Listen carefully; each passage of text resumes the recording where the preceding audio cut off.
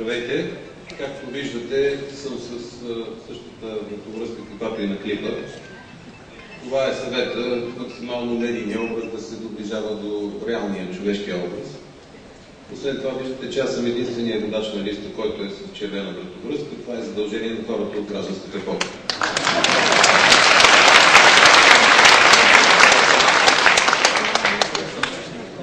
Изключително съм щастлив да акцентирам отново върху някои от хората, които са в нашата листа. На първо място да започна с едно извинение, защото, както казват хората, признат грях, половин грях, но ние сме листата, която първата жена е на 8-то място. Руслана Стефанова. Извинявай, Руслана. Извинявайте, Ани Ананиева и Светлана Платиканова. И моля ви се следващия път, те, които редите листите, имайте го предвид. На другите две листи, 23 и 25 район, има съвсем реално присъствие на жени в избираемите зони, които ще бъдат и бъдещи народни представители. Изключително съм щастлив да ви кажа, че в тази листа има и двама цесекари. Един е Димитър Ганчев, девето място. Може да си представите човек, който е удоен да бъде от ЦСК. И Иван Ченчев, който пък е на 7-то място, пресаташе на ЦСК. Също така бих искал да кажа, че съм изключително щастлив в тази листа да има хора с изключително сериозен опит, такъв международник като господин Атанас Папаризов и такъв енергиен експерт, който седи храбро като лъв по време на референдума за Белене, като Таско Ерменков. Много се радвам, разбира се, обаче за моята дружина от мандата 2007 за мен до 2009 година общински съветници, колеги общински съветници, 4-ма, Бойко Марейков, Росен Малинов, за който също ние се борим на Габлетния като народен представител, Борис Цветков, с който всъщност не сме се засичали от общинския съвет, и Георги Свиленски. А сега ми позволете малко нетипично да прочета някои неща, които съм се написал, които не бих искал да пропусна. Да ви кажа, че всички имаме деца, родители, близки и приятели, които обичаме. Искаме те да се чувстват добре, да са спокойни, да са сигурни. И това е задачата на политиката, да осигурява тази сигурност и спокойствие, тези справедливи правила, по които може да се осигури тази сигурност и спокойствие. Не може да има такава политика, която да позволява да разсипваш живота на голяма група от хора, за да могат да се чувстват сигурни и щастливи една много малка група от хора. Защото когато голямата група от гражданите чувства несигурност, тогава на тази малката част губи сигурността си. Политиката на ГЕРБ изкара хората на улицата и показва точно това. 4 години малките хора бяха мачкани за сметка на големите. На този начин на мислене трябва да се сложи край.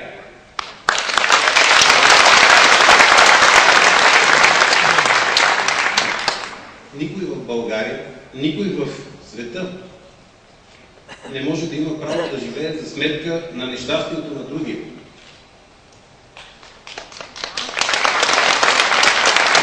Никой не може да живее за сметка на наш приятел, на наш близък, на нашите родители или на нашите деца. Ние не можем да обещаем чудеса. Пътят на извеждането на страната ни от тази криза, икономическа криза, а още повече морална криза, ще е много дълъг. Това, което може да гарантираме ние, че ще работим, за да се възстанови доверието. За връщането на това доверие, за връщането на обществото към сигурността и спокойствието. Спокойствие, че децата ни ще са нахранени, ще са здрави и образовани. Че нашите родители ще могат да им купат подарък, без да се лишават от възможността да могат да си купат хляб. Че монополите няма да ни ограбват. Че всеки, който иска да работи, ще работи. Ще им дадем сигурността, че никой в България няма повече да тормози никой.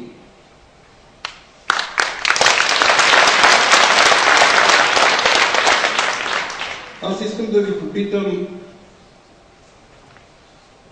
какво беше това управление, когато имаш 400 000 нови безработни на улицата, а в същото време превозваш с правителствения самолет собствения си аматьорски футболен отбор.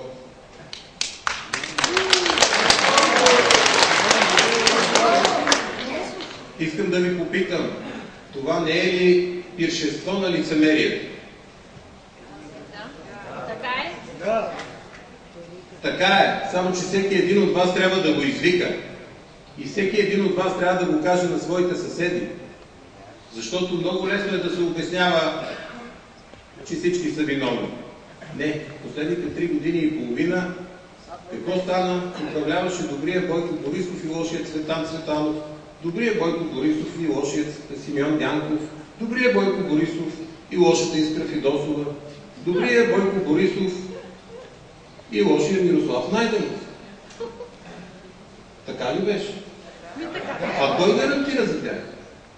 Къде пишеше? Гарантирано от ГЕРБ. Кой гарантира за тях? Същия този човек вчера каза, че Цветанов не е правил тези неща. Кои неща господин Борисов не е правил?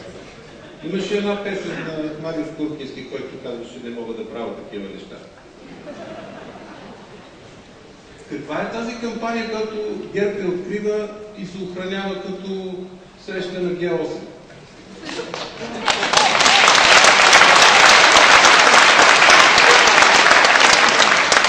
От кого се пазите?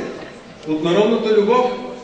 Пред зала Армеец бяха запречили всичките булеварди. Защо?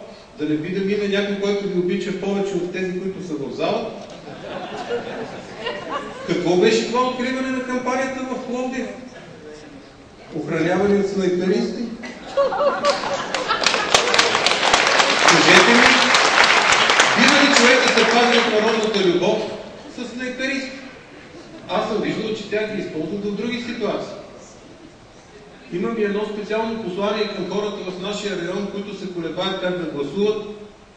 Един човек, който беше в листата на Синята коалиция. И ми написа, видях, че си водаш 24-ти район, ще гласувам за теб. И аз му написах, абе няма ли да гласуваш все пак за вашето? И той ми написа, Петре, ти не спираш да се шегуваш.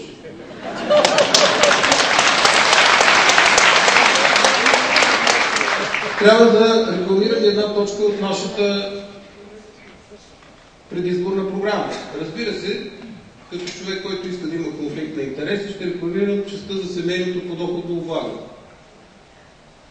По-миналата събота бях в парка в Сандански и децата ми се качиха най-първо на таралежка, както казва 3-годишното Ивана. Това е оригиналното име на въртележката. След което отидоха по батутите. Отидох при човека, който държеше този малък парк и му казах, слушай, сега аз участвам на тия батути с 3 деца, колко да ти платя? И той така ме погледна, вика, ами виж, 3 деца по 3 лева, дай 6 лева.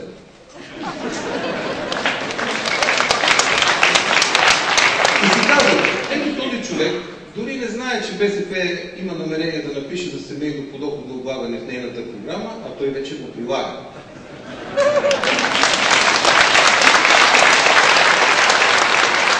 Ще ви кажа обаче, защо този човек го прилага. Защото аз видях караваната, която спеше. Караваната, която той спеше, беше моят кръстник. Аз вече съм в юноша и младша възраст на 45 години. Този човек, не знам дали беше чел програмата на БСП за семейно подоходно облагане, обаче имаше сърце. И това е, което искам да ви кажа.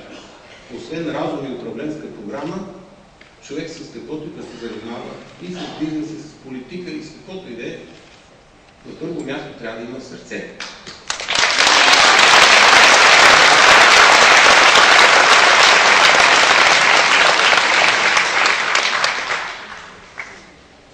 Затова и аз се надявам, че тези хора, които са в тази листа, са тук, за да бъдат в управлението на България, за да управляват с техните сърца. И след шума на аплодисментите идва тишина. която се чува топтенето на вашите сърца. Напред, сърца червени, напред към победата.